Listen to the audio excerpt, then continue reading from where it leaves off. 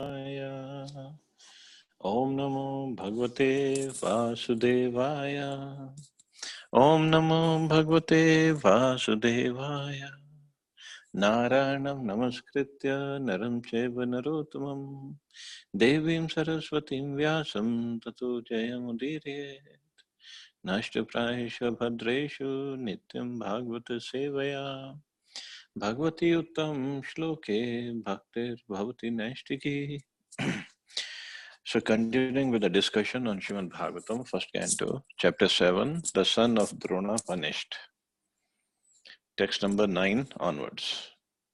Shonak uvacha save nivritti nirataha sarvatro pekshako munihi kasyava brihit metam atma ramah samabhyastata. Shri Shonak asked Sutta Goswami, Srila Shukdev Goswami was already on the path of self-realization, and thus he was pleased with his own self. So why did he take the trouble to undergo the study of such a vast literature? So his question was, because previously it is explained that Vyasadeva taught this Bhagavatam to his son, Shukdev Goswami.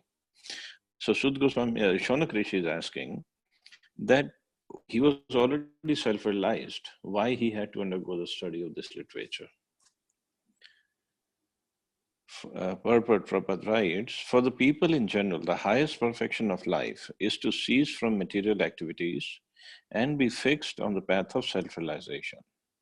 Those who take pleasure in sense enjoyment or those who are fixed in material bodily welfare are called karmis. Out of thousands or millions of such karmis, one may become an Atmaram by self-realization. Everyone is searching after the highest pleasure, but the standard pleasure of one may be different from the standard of another. Therefore, the standard of pleasure enjoyed by the karmis is different from that of the Atmaramas. The Atmaramas are completely indifferent to material enjoyment in every respect. Srila Shukdev Goswami had already attained that stage, and still he was attracted to undergo the trouble of studying the great Bhagavatam literature.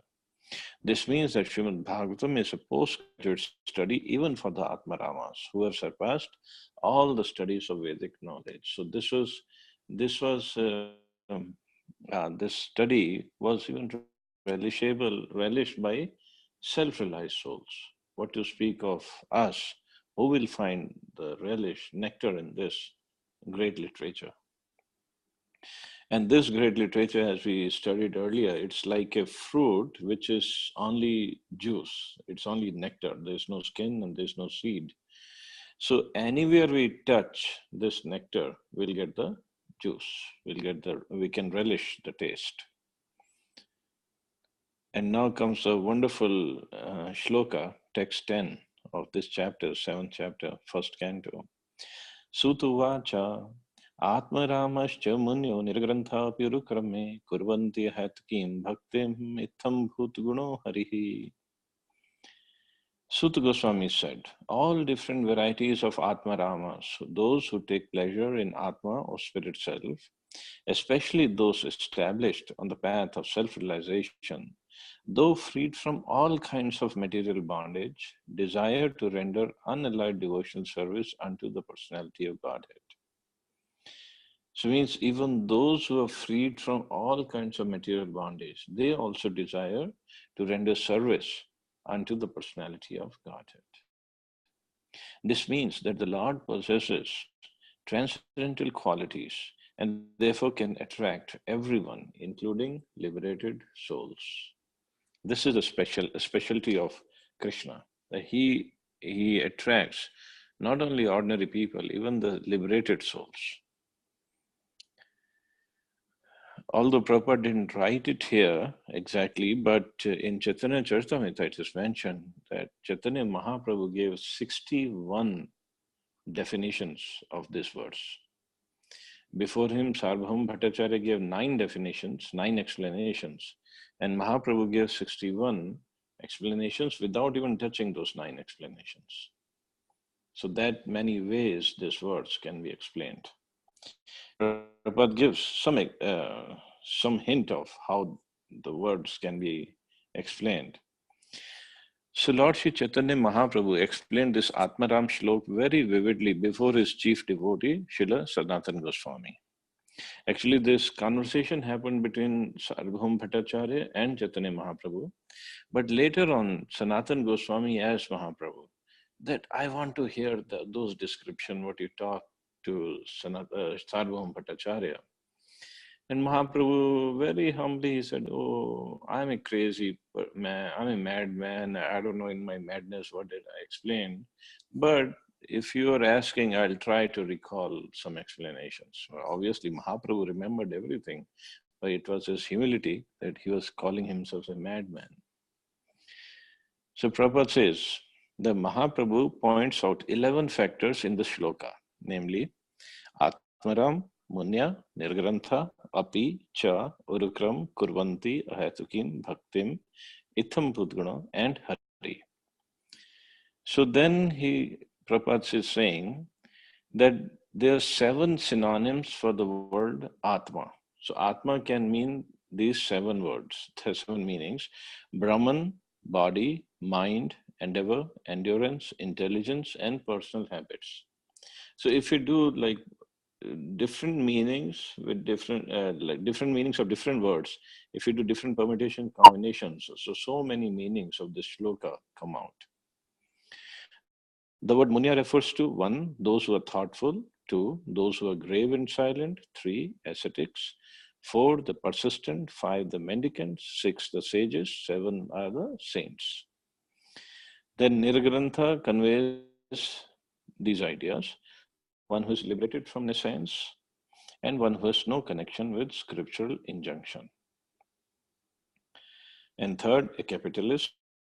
And fourth, one who is penniless. It means one who is very poor. And this is the way Prabhupada explains different meanings of different words. And it's a long purport, so I don't want to go through every line because it's very technical. The purports are very technical. And the meanings of all the words, and then how Mahaprabhu came to 61 different explanations. In the end, Prabhupada is writing, by his personal feature and transcendental attributes, the Lord attracts all psychological activities of a pure devotee, such as the attractive power of Lord Krishna. The attraction is so powerful that a pure devotee never hankers for any of the 4 principles of religion. 4 principles of religion are dharma, artha, kam, and moksha. These are the attractive features of the transcendental attributes of the Lord. And adding to this the words api and cha, one can increase the imports unlimitedly. So according to Sanskrit grammar, there are 7 synonyms for the word api. So that's why the definitions can go on and on. So by interpreting each and every word of this shloka, one can see unlimited number of transcendental qualities of Lord Krishna that attract the mind of a pure devotee. And not just a pure devotee, he attracts the mind of any person who is self-realized, fully self-realized. That's why Krishna, the word Krishna means Sarva Akarshati iti Krishna, one who attracts everyone. That is the meaning of the word Krishna. So, according to this shloka, Atmaram means any and every transcendentalist. Ultimately, he wants to serve Krishna because he's attracted to the devotion service of Krishna. And or in the other words, what it means is even if somebody is Atmaram, self-realized, but he's not attracted to Krishna, then his realization is not complete. Then he is still lacking somewhere. Text 11. Harer guna kshipta matir bhagwan badarayani adhyagan mahadakhyanam nityam vishnu janapriyaha. Srila Sukadeva Goswami, son of Srila Vyasadeva, was not only transcendently powerful, he was also very dear to the devotees of the Lord. Thus he underwent the study of this great narration, Srimad Bhagavatam. So Sud Goswami is saying that Shukdev Goswami was very dear to the devotees of the Lord, and thus he underwent study of this great Srimad Bhagavatam. According to Brahma Vaivarta Purana, Srila Shukdev Goswami was a liberated soul even within the womb of his mother. Srila Vyasadeva knew that the child, after his birth, would not stay at home. Therefore, he, Vyasadeva, impressed upon him the synopsis of the Bhagavatam so that the child could be made attached to the transcendental activities of the Lord. After his birth, the child was still more educated in the subject of the Bhagavatam by recitation of the actual poems. So Vyasadeva taught Shukdev Goswami Bhagavatam even when he was in the womb of his mother. But as soon as he was born as a Brahmvadi. That Brahman, like impersonal Brahman, is supreme. But then Vyasadeva somehow he sent a couple of his students towards the ashram where Shukdev Goswami was staying, because as soon as he was born, he left the ashram of Vyasadeva and went somewhere else.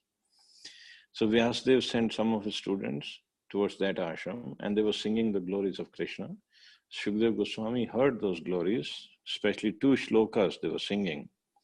And Shukdev Goswami heard those shlokas and he asked them, "Where did you learn this from? Who taught you all this?" And they said, "Oh, our Guru's ashram is nearby. Why don't you come and ask him?"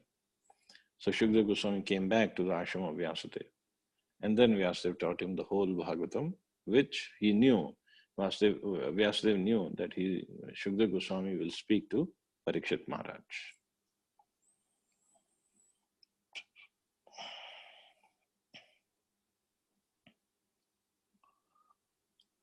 So Prabhupada is writing, again, it's a long purport. So Shukdev Goswami also had, in the beginning, he had no liking for the devotees, but since he himself became a saturated devotee, he desired always the transcendental association of the Vishnujans. And the Vishnujans, or Vishnujan means devotees, also liked his association since he became a personal Bhagavat.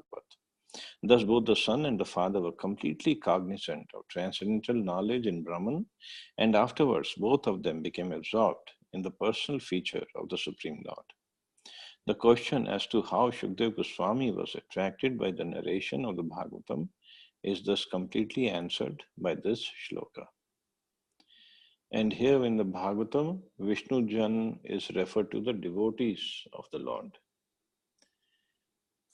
Mahatma Gandhi, out of political necessity, he called the scheduled caste and scheduled tribe people of those castes, he called them Harijan. But actually Vishnujan or Harijan means those are devotees of the Lord. So that was the wrong name actually given to them. They were not devotees, they were just caste. And actually the reason was they were not allowed to go to the temple. And Mahatma Gandhi, that's why I called them Harijan, so that pujaris understand that they are also people of the Lord. But anyway, that was political necessity or emergency or whatever the situation was. But the real meaning of Vishnujan is the devotees of the Lord. Harijan means the devotee of Lord Hari. So we should not feel bad if somebody calls us Harijan. We all are Harijan. Text 12. Parikshito ath rajarsher janma karma vilapanam Sanstham cha Pandu Putranam Vakshay Krishna Kathodayam. Srila Sut Goswami thus addressed the rishis headed by Shaunak. Now I shall begin the transcendental narration of the Lord Shri Krishna and the topics of the birth, activities, and deliverance of King Parikshit, the sage amongst kings, as well as topics of the renunciation of the worldly order by the sons of Pandu. So the question was why the Atmaramas, why the self-realized souls are also attracted to the service, to the devotional service of Krishna and to hearing the topics of Krishna. So now Sud Goswami will start from the birth, activities, and deliverance of King Parikshit and the stories of Pandu. And he says, I will also begin the transcendental narration of the Lord Shri Krishna. Means his activities also. Lord Krishna is so kind to the fallen souls that he personally incarnates himself amongst a different kind of living entities and takes part with them in daily activities. Any historical fact, old or new, which has a connection with the activities of the Lord is to be understood as a transcendental narration of the Lord. Without Krishna, all the supplementary literatures like the Puranas and Mahabharata are simply stories of historical facts. But with Krishna, they become transcendental because Krishna is there. That's why, although all the stories of Mahabharata are full of politics, all the incidents are full of politics, but those incidents also become transcendental because Krishna is there. And when we hear of them, we at once become transcendently related with the Lord. Srimad Bhagavatam is also a Purana, but the special significance of this Purana is that the activities of the Lord are central and not just supplementary historical facts. Srimad Bhagavatam is thus recommended by Lord Sri Chaitanya Mahaprabhu as a spotless Purana. Spotless means there is no fault and there is no shortcoming in this great literature.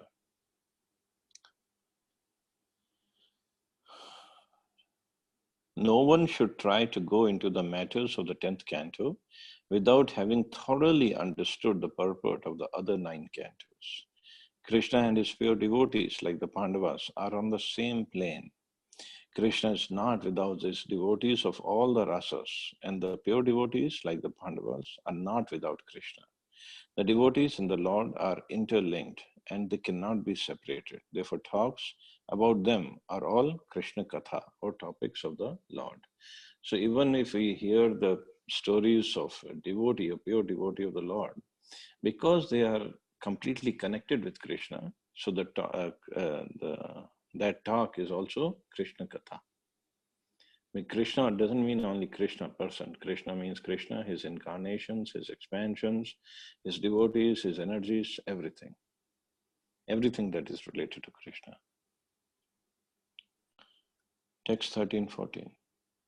Yada amrite kaurav srinjayanam vireshvato virgatim gateshu vrikodara vid dhagadabhir bhimarshab agnor udande dhritarashtra putre Bhartu priyam drona riti sma pashyan Krishna sutanam supatam shiransi upaharad vipriyam eva tasya jugupsitam karma vigarhayanti.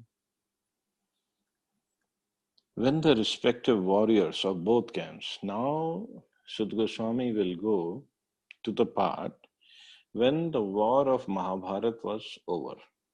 That's why it is said Shrimad Bhagavatam starts where Bhagavad Gita ends. So Bhagavad Gita ends, okay, when Krishna spoke Bhagavad Gita to Arjuna, but then the war of Mahabharata took place. Now Bhagavatam will start from that point onwards. I mean, it starts literally also, and in terms of teachings also, it starts from there. When the respective warriors of both camps, namely the Kauravas and the Pandavas, were killed on the battlefield of Kurukshetra, and the dead warriors obtained their deserved destinations. And when the son of Dhritarashtra fell down lamenting, his spine broken, being beaten by the club of Bhimsena, the son of Dronacharya, Asvatthama, beheaded the 5 sleeping sons of Draupadi and delivered the heads as a prize to his master, foolishly thinking that he would be pleased. Duryodhana, however, disapproved of the heinous act, and he was not pleased in the least. Transcendental topics of the activities of Lord Krishna in the Srimad Bhagavatam begin from the end of the battle at Kurukshetra, where the Lord himself spoke about himself in the Bhagavad Gita. Therefore, both the Bhagavad Gita and Srimad Bhagavatam are transcendental topics of Lord Krishna. The Gita is Krishna Katha or topics of Krishna because it is spoken by the Lord. And Bhagavatam is also Krishna Katha because it is spoken about the Lord. So Gita is spoken by the Lord, Bhagavatam is about the Lord. Lord Sri Chaitanya Mahaprabhu wanted everyone to be informed of both Krishna Kathas by his order. Lord Krishna Chaitanya is Krishna himself in the garb of a devotee of Krishna, and therefore the versions of both Lord Sri Krishna and Lord Sri Chaitanya Mahaprabhu are identical. Lord Chaitanya desired that all who are born in India seriously understand such Krishna Kathas, and then after full realization, preach the transcendental message to everyone in all parts of the world. This will bring about desired peace and prosperity in the stricken world. So here in the shloka, although Prabhupada didn't go into any details of this shloka, it is said, so when the war was over, 5 Pandavas, Krishna on the Pandav side, and Drishtadyumna, they were alive. And on Kaurav side, 3 warriors, Asvatthama, Kripacharya, and Satyaki, they were alive. So, and Duryodhan was lying down in the battlefield because Bhim had broken at both sides his spine and his thighs. They were broken by Bhimsen. Although Balramji got angry at Bhim that in the battle of club, you shouldn't have hit him below the waist. But then Krishna pacified Balramji. He said, how many rules Duryodhan had broken, but you never spoke anything to Duryodhan. And also he said Bhimsen had taken a vow that he would, at the game of dice, he had taken a vow that I will break the thigh of Duryodhan. Because when Draupadi was lost, Duryodhan repeatedly patted on his thigh and asked Draupadi to sit on his thigh. And it was great insult to Bhim and all the warriors. So Bhima was very upset, very angry. He couldn't do anything at that time, but he had taken a vow that in the battle, I'll break your thigh. Although it was illegal for a club fighter, but still he had taken that vow, and that vow had to be fulfilled. So Bhima had broken his thigh, and Duryodhana was lying injured and bleeding in the battleground. And that's when the war was, for that day, it was the 18th day, and war was practically over. So Duryodhana then told Asvatthama, now you are the chief of the army. And there were only 3 warriors left. And Krishna, Pandavas, Drishtadyumna, and rest of the Pandav side, although no warriors were left, but Draupadi was there, Mother Kunti was there in that camp. And they were there in the camp and they were waiting. But Krishna knew what will happen tonight. He knows everything. So he had taken all the 5 Pandavas to a different ashram nearby. I forgot the name of that ashram. What is that ashram near Kurukshetra? Maybe if I find out, maybe next time we go to Kurukshetra, we can visit that ashram. So Pandavas' 5 brothers, so they all had 1 son each from Draupadi, and these 5 brothers, the little kids, although they were teenagers, they were sleeping in their camp, in their rooms. So Asvatthama entered that camp in the middle of the night. And actually he was blessed by Lord Shiva that time, because story had to go further and destruction had to take place. So Asvatthama was blessed by Lord Shiva. Okay, you do this. So first he went to the camp of Drishtadyumna, and Drishtadyumna was sleeping, and while he was sleeping, Asvatthama cut off his head. Because that was to take revenge of his, when Drishtadyumna had killed father of Asvatthama, Dronacharya was sitting in the battle without any weapons, and Drishtadyumna went and cut off his head. So Asvatthama took the revenge. And then he went to the room or camp of Pandavas, and he saw 5 brothers were sleeping, and he thought they were the real Pandavas, means Yudhishthira, Bhim, Arjuna, Nakul, Sahadeva, and he cut off their heads. But then he realized they were the sons of Pandavas. But he wanted to give pleasure to his king Duryodhan, so he grabbed all the heads of 5 Pandava sons, Pandavas' sons, and he brought them to Duryodhana, who was lying in the battlefield. Duryodhana had a boon that he would die only when he would be very happy and then he would become very sad. That was the time he would die. So Asvatthama went with the heads of 5 Pandavas, the sons of Pandavas, to Duryodhana, and he told Duryodhana, Duryodhana, I killed all the Pandavas and I brought their heads for your verification. So Duryodhana got very happy. Oh, Asvatthama, you fulfilled my dream. So Duryodhana was lying down, he could not see, it was dark, and he asked Asvatthama, give me the head of Bhim. So Asvatthama gave him the head of the son of Bhim. And Duryodhana, with his hands, he just pressed that cut off head of the son of Bhim, and he just crushed it. And then Duryodhana realized it could not be the head of Bhim, because there's no way I could have crushed the head of Bhim like that. And then he asked Asvatthama, whose heads are all these? Because they don't look like the heads of Pandavas. Asvatthama then told him the truth. Actually, they're the heads of the sons of Pandavas. And then Duryodhana lamented. He said, what did you do? These 5 sons were going to take the dynasty further. Why did you kill them? And he lamented so much. So he became very happy, and then he lamented so much, and then that's when Duryodhana died. Now Asvatthama was really in big trouble. Now what to do? And then the story will go on further in further shlokas. So I'll stop here and keep the suspense for the next lecture. And see anybody has any questions or comments.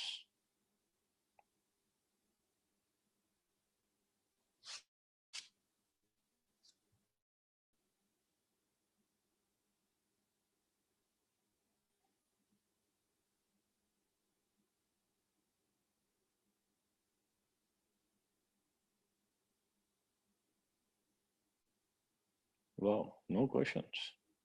Everybody's still in the suspense. Hare Krishna, Prabhuji, I was speaking on mute. Sorry. My question is, we say there are 4 aspirations of material life, right? So, dharma, kama, artha and moksha. How do we say moksha is materialistic? Because we are seeking liberation from birth and death, is it not? We want to come out of the materialistic world, isn't that? These are not the material aspirations. These are the chatur purushartha. Means these are the things that one should do. But then Mahaprabhu gave the pancham purushartha, which is attaining the love of God, prem. So that even goes beyond moksha. Okay. But even the moksha part, most of the people, they only go for dharma, artha and kam. They don't go for moksha. Okay. They just want to enjoy. Khao, pio, jio. That's it. Thank you, Prabhuji. Thank you, Mataji.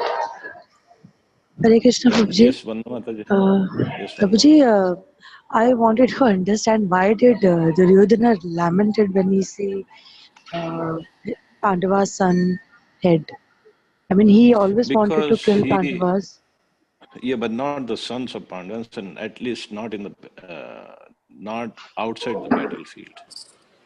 And also he said these are the sons who were going to take the dynasty further because everybody has died.